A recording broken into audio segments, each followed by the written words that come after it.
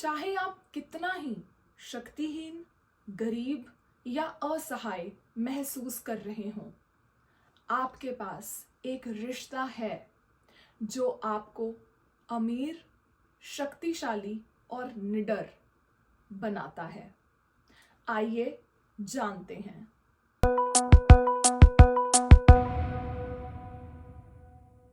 नमस्ते, हरि बोल। मैं विजयलक्ष्मी आप सभी का पॉजिटिव हिंदी के इस नए एपिसोड में स्वागत करती हूँ।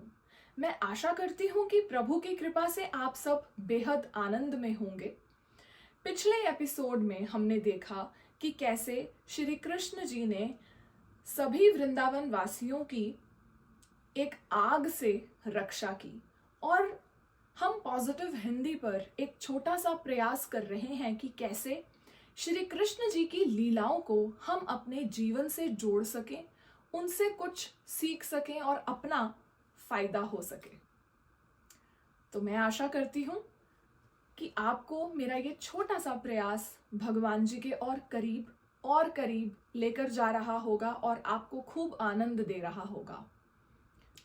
मैं अक्सर मेरे जीवन के एक्सपीरियंसेस और मेरी लाइफ की हो रही जो भी छोटी छोटी एनेक्डोट्स होती हैं, जो घटनाएं घट रही होती हैं, उनको अक्सर मैं अपने पॉडकास्ट में भी रिलेट करती हूँ और पॉजिटिव हिंदी इस पॉडकास्ट में मैं बोलती हूँ उनके बारे में। और जो भी छोटी मोटी सीख मेरी कम बुद्धि के हिसाब से मुझे समझ में आती है, मैं आप सबसे उसे साझा करती हूँ। तो हाल फिलहाल में मैं आपको एक इंसिडेंट बताना चाहूँगी। मेरे बहुत ही करीबी हैं, वो रोड क्रॉस कर रहे थे यहीं कनाडा में, और वो पैदल जा रहे थे। दूसरी तरफ से एक ट्रक आ रहा था। क्योंकि पेडेस्ट्रियन लाइट थी तो वो जा सकते थे, बट क्योंकि वो जो वाहन आ रहा था, ट्रक, उसको भी जाना था और ये अपना मस्ती में पैदल जा रहे हैं क्योंकि लाइट हो रखी थी। और ट्रक वाले ने गालियां देनी शुरू कर दी और ये जो जा रहे थे वो घबरा गए। और क्योंकि उनको ऐसा होता है ना कि जो भाषा हम इस्तेमाल नहीं करते, जब वो हमारे साथ यूज़ की जाए तो हम घबरा जाते हैं, और कभी कभी हमें ऐसा लगता है कि हम अकेले हैं या हम शायद सब लोग हमारे पे बहुत हावी हो रहे हैं। तो उन्हें भी शायद कुछ ऐसा ही लगा, शक्तिहीन महसूस किया उन्होंने और वो घबरा कर सड़क पर गिर गए। खैर, उन्होंने अपना मनोबल जुटाया, वो उठ खड़े हुए और आगे बढ़े।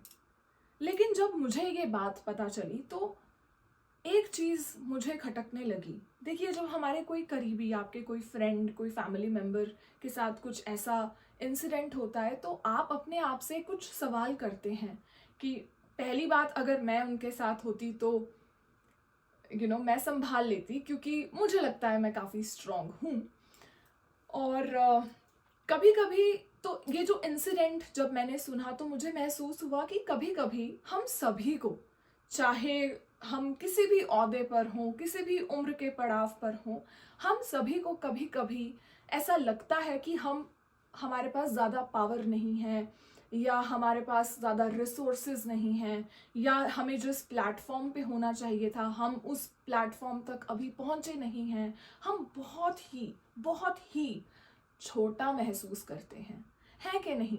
आप मुझे कमेंट्स में ज़रूर बताइएगा कि आपको भी कभी ऐसा महसूस हुआ है कि you are not doing good enough, और आप अभी उस मुकाम पर नहीं हो जहाँ पर आप खुद को देखना चाहते हो, या आपको गरीब लग रहे हो खुद को कि जितना भी है कम है। तो ऐसा मैं जब अपने मन में टटोल रही थी कि ऐसा क्यों लगता है हम सभी को कभी ना कभी जीवन में, ऐसा क्यों है? तो क्योंकि हमारे यहाँ पर श्रीमद् भागवतम, भगवत गीता और श्री कृष्ण जी की चर्चा हो रही है पॉजिटिव हिंदी पर, और मैं सब कुछ जो भी आपको कथाएं बता रही हूँ वो श्रीमद् भागवतम में से पढ़ के ही बता रही हूँ। मेरा खुद का कुछ नहीं है, बस हाँ, जो मुझे उसमें से छोटा समझ में आता है थोड़ा बहुत, वो मैं आप सबसे शेयर कर देती हूँ एक आम सिंपल फॉर्म में। तो जब मैं अगली कथा जो मैं आज आप सबसे शेयर करूंगी वो पढ़ रही थी, तो मैंने इस इंसिडेंट को उस कथा से रिलेट किया और मुझे आंसर मिल गया, जो कि मैं आपको आज बताती हूँ। तो देखिए, जब पिछले एपिसोड में जैसे हमने देखा कि कृष्ण जी ने अपने वृंदावन वासियों को आग से बचाया, जो कालिया नाग का जो एपिसोड था उसके बाद जो एपिसोड आया कि कैसे उन्होंने आग से बचाया।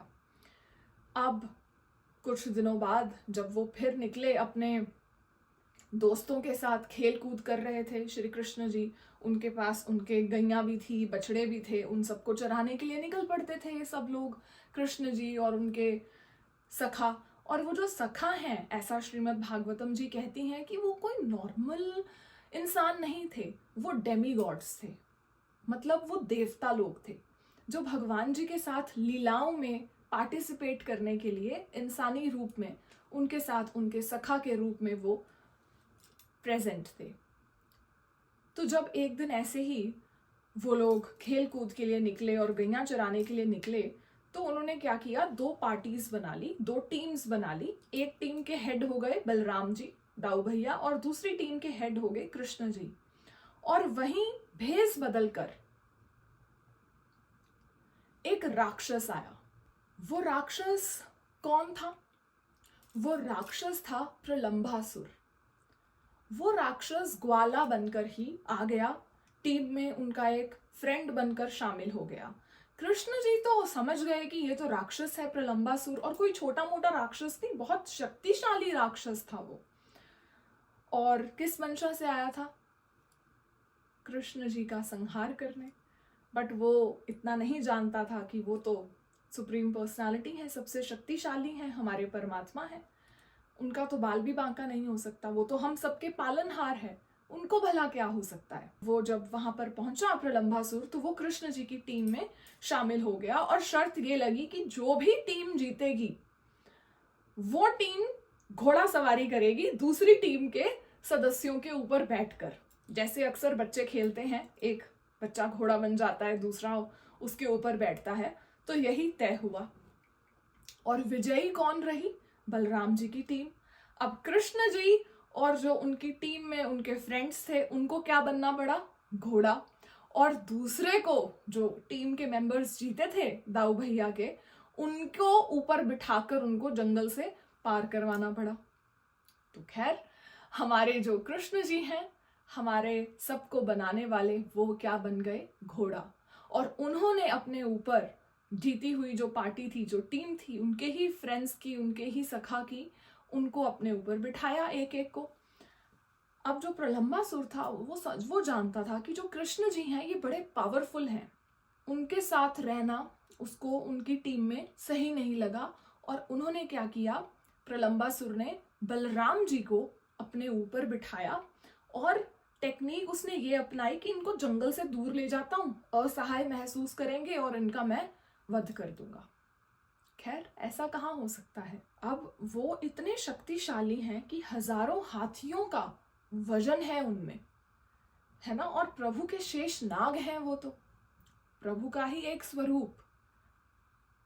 तो वो प्रलंबासुर जो राक्षस था, उसको वो जो बलराम जी थे, उनका वजन बहुत भारी लगने लगा। अब बहुत भारी लगने लगा तो उसका आपा खो बैठा और वो अपनी रियल फॉर्म में आ गया। और बलराम जी ने जब देखा कि ये जो है, इसकी आंखों से अब आग निकल रही है, इतना डरावना, इसने एक इतना बड़ा विशाल रूप ले लिया है, तो बलराम जी ने सिंपली क्या किया, उसे एक ही मुक्के में परास्त कर दिया और वो ढेर हो गया और गिर गया और मर गया वो राक्षस। तो सब जो फ्रेंड्स थे वो एकदम आवाज सुनकर, इतनी जो भारी आवाज थी वो सुनकर भागते हुए आए, और उन्होंने देखा कि बलराम जी तो बिल्कुल ठीक हैं, और एक राक्षस है इतना विशाल जो कि औंधे मुंह पड़ा हुआ है और मर चुका है। और उन सब ने बलराम जी की बहुत प्रेज करी और उनकी ग्लोरीज गाई, और बहुत उनको मान गए कि प्रभु आप जो हैं वो उनको ऐसा लगा, जो उनके फ्रेंड्स थे, कि ये कोई देवता हैं जो ऐसे हमारे साथ हमारे सखा के रूप में शामिल हैं, कृष्ण जी और बलराम जी। तो एक किस्सा ये, अब इसे दिमाग में रखिएगा। और दूसरी तरफ जब ये सब कुछ हो रहा था, तो जो गायें थीं, जो बछड़े थे, वो इधर उधर चले गए जंगल में, और अंदर जंगल के जब चले गए तो वहां जंगल में लगी हुई थी आग। अब वहां पे जो गैया हैं और जो बछड़े हैं वो पुकार रहे हैं प्रभु को कि प्रभु आओ हमें बचाओ, क्योंकि आप सबके पालनहार हो, आप हमें भी बचाओ। ऐसा जब वो कह रहे थे, ऐसी गुहार लगा रहे थे, और इधर कृष्ण जी, उनके फ्रेंड्स सब परेशान हैं कि हमारी गैया कहाँ गई।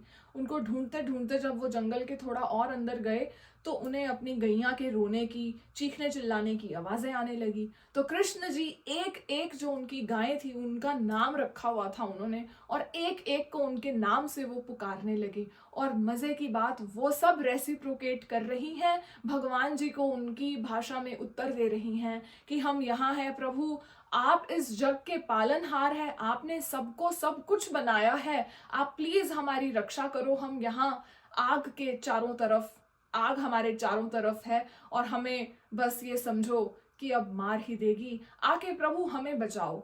और कृष्ण जी ने क्या किया, जब उन्होंने देखा कि मेरी गैया आग में घिरी हुई हैं, उन्होंने सारी की सारी आग को एक ही सांस में वो पी गए और सारी गैया बच गई।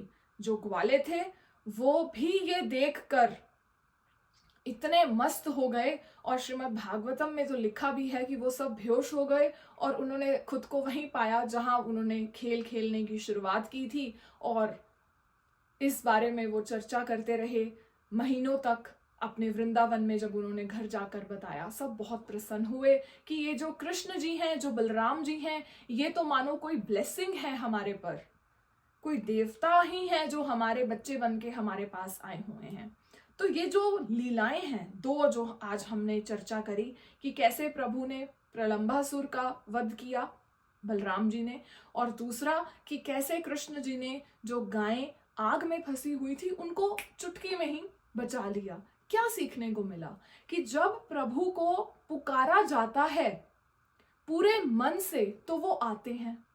तो जो मैंने एपिसोड की शुरुआत में एक बात को रिलेट किया कि जब हमें असहाय महसूस होता है, हम पावरलेस फील करते हैं या हम बहुत छोटा महसूस करते हैं, तो ऐसा फील करने की कभी जरूरत नहीं है। अगर हमारा विश्वास, हमारा प्यार इतना है श्री कृष्ण जी में, तो हमें कभी भी ऐसा फील नहीं होगा। और अगर होने लगेगा भी तो भी हमें एहसास हो जाएगा कि नहीं, मैं तो प्रभु की हूं, I belong to Shri Krishna. हम सब जिन्होंने हमें बनाया है उनके ही हैं, है ना। जैसे किसी फैक्ट्री से जब कोई माल निकल के जाता है तो हम कह सकते हैं ना, ये उस मशीन में बना है, इस फैक्ट्री से आया है, ये वहां का है।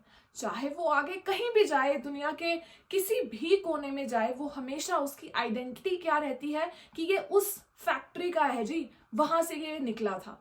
तो हम कहीं भी चले जाएं, कोई भी देह धारण कर लें, हम रहते किसके हैं? हमारे पालनकर्ता, हमारे रचयिता, ब्रह्मा जी को भी बनाने वाले श्री हरि।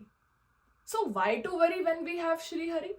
चिंता काहे की जब हमारे पास हमारे श्री हरि हैं, जब श्री कृष्ण जी का साथ है हमारे जीवन में और हमें पता है कि हम श्री कृष्ण जी को बिलोंग करते हैं, तो यकीन मानिए हम कभी घबराएंगे नहीं, हम कभी डरेंगे नहीं, हम कभी असहाय फील नहीं करेंगे, हम कभी अपने आप को छोटा महसूस नहीं करेंगे। कभी ऐसा नहीं लगेगा कि हम गरीब हैं, क्योंकि हम बहुत ज्यादा अमीर होंगे, क्योंकि हमारे पास जग के रचयिता जगन्नाथ जी हैं, the Lord of the universe. जब हमें पता है कि हम उनके हैं, जो गायें थी जिनको प्रभु ने बचाया, कहते हैं ना human is the most intelligent animal, तो गाय को जिनको हम ना समझ मान रहे हैं एक ह्यूमन के, इंसान के कंपैरिजन में, कि वो इतनी बुद्धि नहीं रखती जितना एक इंसान रखता है, तो गाय ये समझ गई कि मेरे को सरेंडर करना है और प्रेम करना है श्री कृष्ण से, तो हमें क्यों समझ में नहीं आ रहा? घबराइए नहीं, शक्तिहीन महसूस करिए नहीं। जैसे जब हम किसी वीआईपी के साथ रहकर अपने आप को वीआईपी ही समझने लगते हैं, है कि नहीं? जब हमें वो पूरा प्रिविलेज मिल रहा होता है कि गनमैन हमारी गाड़ी खोल रहा है, क्योंकि मैंने बचपन से ही ये देखा है कि गनमैन गाड़ी का दरवाजा खोल रहा है, ड्राइवर चला रहा है। हालांकि वो हमारे पेरेंट्स को मिला हुआ है वो प्रिविलेज, बट क्योंकि हम उनके हैं, हम हमारे माता पिता के बच्चे हैं, तो हमें भी उनसे वो चीज मिलती है विरासत में, है ना। हमें भी वो सारे पर्क्स मिलते हैं, वो सारे बेनिफिट्स हमें मिलते हैं। तो ये तो है बहुत छोटे लेवल पे एक बात। जब हम वाइडर पिक्चर देखते हैं, हम रियलिटी में प्रभु के हैं, दुनिया को बनाने वाले। आप सोच के देखिए कितनी बड़ी बात है, तो हमें कभी छोटा महसूस नहीं होगा। ये सब बातें और अहंकार या एरोगेंस या ईगो, वो सब करने को मैं नहीं कह रही हूँ, वो एक अलग चीज है। हमें रहना हम्बल ही है, ह्यूमिलिटी बनाए रखनी है, क्योंकि भक्त जन की वो निशानी है। हम्बलनेस होनी चाहिए, ह्यूमिलिटी हमारे अंदर होनी चाहिए, लेकिन छोटा महसूस नहीं करना, खुद को कम मत समझो, बुरा मत फील करो कि मेरे पास ये नहीं है या वो नहीं है। जितना है पर्याप्त है, प्रभु का ही है ना हम, तो हमारे पास सब है। मैं ऐसे ही कोशिश करती रहूंगी अपने जीवन की बातों को, अपने ग्रंथों की बातों को अपने जीवन से रिलेट करके उनसे कुछ सीख हमें मिल सके, जिससे हम बेहतर बन सकें, प्रभु के और करीब जा सकें। आशा करती हूँ आपको मेरा ये छोटा सा प्रयास बहुत अच्छा लग रहा होगा। अगर हाँ, तो कमेंट ज़रूर करिएगा। राधे राधे। मैं विजयलक्ष्मी अब आपसे आज्ञा लेती हूँ और मैं मिलती हूँ आपसे अगले मंगलवार को यहीं YouTube और Spotify पर। तब तक के लिए छोटा महसूस बिल्कुल ना करें, अपनी शक्ति को पहचानें, उठिए, जागिए और देखिए श्री कृष्ण जी हमसे बहुत प्यार करते हैं। उन्होंने हमारे लिए सब कुछ बनाया है, उन्होंने हमें बनाया है। अपनी पहचान करिए कि हम श्री कृष्ण के ही हैं और हमें बस उनका ही बनना है। हरि बोल, नमस्ते, राधे राधे।